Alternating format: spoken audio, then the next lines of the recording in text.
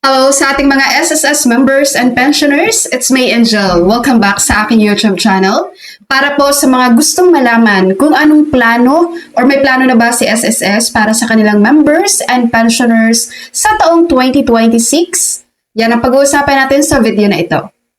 Alright, ang SSS po ay nakaplano na pong maglunsad ng number 1, microloan program. Itong microloan program, ito po yung SSS Loan Lite, guys. Kung napanood niyo po yung video ko na yan, ayan, regarding yan sa SSS Loan Lite.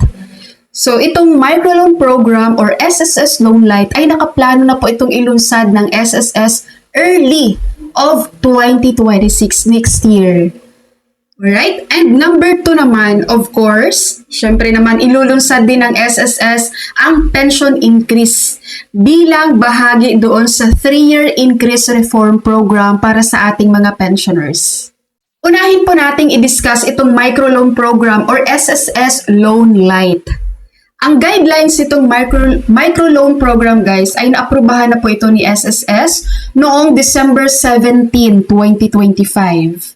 Kaya po inaasahan po na ma-implement na po ito or maipatupad po ito early of 2026, mas maaga sa 2026. Although wala pa naman silang binanggit kung anong month at anong date ng 2026, guys, but more or less, usually mangyayari talaga to or maipatupad ito ng SSS around first quarter of 2026. So aasahan po natin yan. Para sa mga hindi pa nakakaalam kung ano ba itong microloan program or SSS Loan Lite, ito po ay i-design para mabigyan ng ating mga members ng mas accessible, secure at mas abot kayang halaga sa pautang. Ang isa sa mga reason kung bakit po ilunsad ng SSS itong microloan ay para maprotektahan po ang kanilang mga members and pensioners, no, mula sa mga mapagsamantalang nagpapautang. Dahil 'di ba guys, ang mga lending company, grabe talaga yung taas ng interest or laki ng interest na binibigay doon sa kanilang mga borrowers. No, kabilang na dito yung mga sangla ATM. Marami sa ating mga pensioners dito ang nagsasangla ng kanilang mga ATM na kung saan yung pinagsanglaan nila ay napakataas or napakalaki ng monthly interest na pinapatong sa kanilang nauutang. Kaya ang kinalabasan, ang ating mga members or ang ating mga pensioners, nahihirapan na rin na mabayaran yung kanilang mga utang or matubos ang kanilang ATM na nakasangla. Tandaan nyo po ha, ito pong microloan ay short-term loan lang po ito. Okay? Panandali ang pautang. Na may tenure po ito ng from 15 days to 90 days. At ang loan amount ay between 5,000 to 20,000 pesos. So pag sabihin nyo dito masyado na mababa yung pautang. Tandaan nyo guys, kaya nga ito tinatawag na microloan lang. Micro. So maliit lang talaga siya at panandali ang pautang lang. Kaya mababayaran nyo lang din to ng mabilis. Dahil ang amount ng utangin nyo ay hindi naman ganun kalaking halaga. Ang microloan or SSS Loan Lite ay meron lang po itong interest rate na 8% per year or 0.67% per month.